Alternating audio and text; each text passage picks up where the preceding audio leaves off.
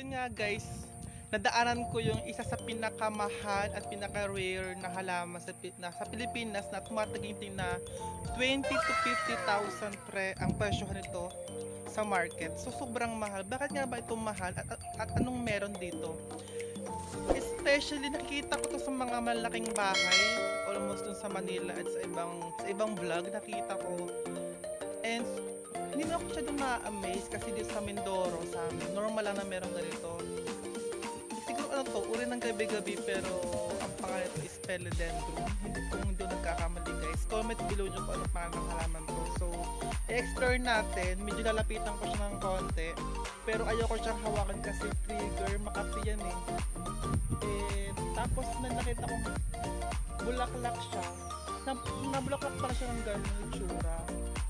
At sabi ng ibang mga sa feng shui, swerte daw ito kapag meron mo ito halaman to sa bandang harap ng bahay nyo, tapos sa silangan mo ilalagay yung halaman to. So tara, medyo lalapitan ko na guys, lalapitan ng konti yung halaman. So magtabi-tabi nuno tayo kasi baka meron tayong maapakan dito na ano nyo na, tabi-tabi ito nuno. Ayan po, pupuntahan ko lang po yung halaman. Kailangan natin muna magpaalam kasi baka may nag-aari na ito na iba. So kukuha tayo ng permission dito sa Mindoro at sa province, yung mga pamahiin, at wala namang mawawala kung gagawin mo yung mga bagay na yun para lang safe ka. Siyempre guys, yan yung itsura ng bulaklak niya. Ayan, ganyan yung itsura. Tapos ayan, ganyan siya kataas. Marami siyang yung pang iba. Itong halaman daw ito ay napakaswerte, lalo na kung nasa harapan mo ng bahay at nasa bandang silangan. Wow! Then yung maliliit na nito, yung pinakamaliit na anak o suloy, pwede siya sa loob ng bahay mo display. Pero dapat hindi siya maabot ng mga bata kasi makatito eh. Ayan guys, yun ang itsura niya. Ito yung itsura ng bulaklak niya. Ayan, ito na. Yan ang itsura ng bulaklak.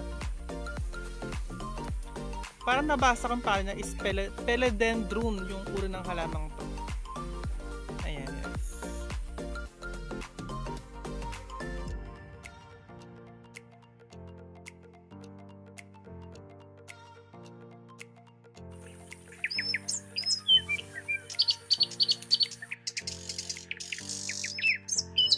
Ito pa yung ibang niya, iba pang kasamahan niya na halaman. Sobrang dami ditong tumutubo.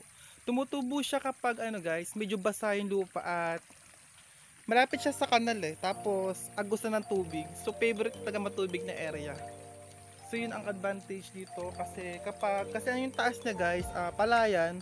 So yung bagsak ng tubig dito sa kanya. So pabor sa kanya kasi makakuha siya ng maraming water. And kapag gabi-gabi, ganun talaga.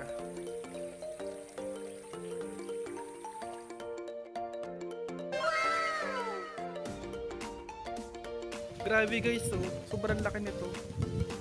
Ayun, grabe. Sobrang laki niya. And talagang siguro sobrang mahal kapag ibenta mo sa market o talaga sa mga plantitos o plantitas, talagang mahal sa halaman. Pero yung height and yung laki niya parang sobra na guys. So mas prepared natin yung gano'n lang kalaki. Yeah, maganyang kalaki na.